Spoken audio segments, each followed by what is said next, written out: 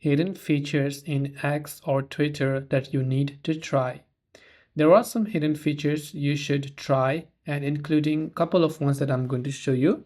The first one being is you can create private profiles for more control for your Twitter account. To do this, you can go to your profile icon from the top left and scroll down and tap on Settings and Support, followed by Settings and Privacy. From here, you can go to the option Privacy and Safety and go to the option called Your Post at the very top. And go to the option called Audience and Tagging from the very top. Here you can turn on Protect Your Post and Protect Your Videos so that only the people that you approve in the future and your current followers will be able to view your post. So you might not have known this. The second things that you can do is you can also manage who can message you directly. So you can go to direct messages and you can allow messages from no one, from verified users, or from everyone based on however you want it to. You can choose to enable or disable the audio and video calling as well.